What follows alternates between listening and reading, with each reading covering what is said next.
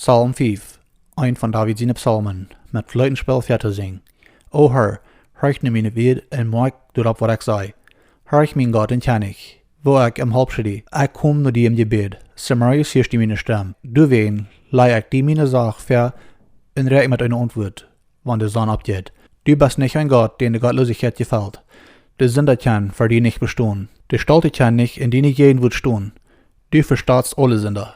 De Lehner bringst du um.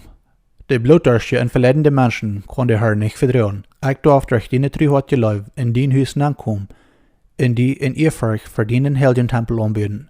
Herr, leid mich in die Gerechtigkeit, an meine Feinde holen. Merk den Weg, für mich leg. Die reden nicht ein Wort Wahrheit. Innerlich sind sie angestellt, ab in die Grund bringen. Referiert als so eklig aus een opene Graf, en sie hecheln mit der Tongue. Sprech anschuldig, Gott, dass euch vernehmen, zu vollkommen. Schmied mit all ihre Übertretungen zu Brüd, willst du sind, die wahrspannst aber lot du sich freien, du vertrauen auf die Sachen.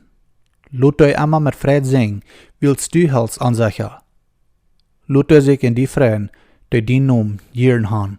Willst sicher sehens du, Herr, du Gerechte.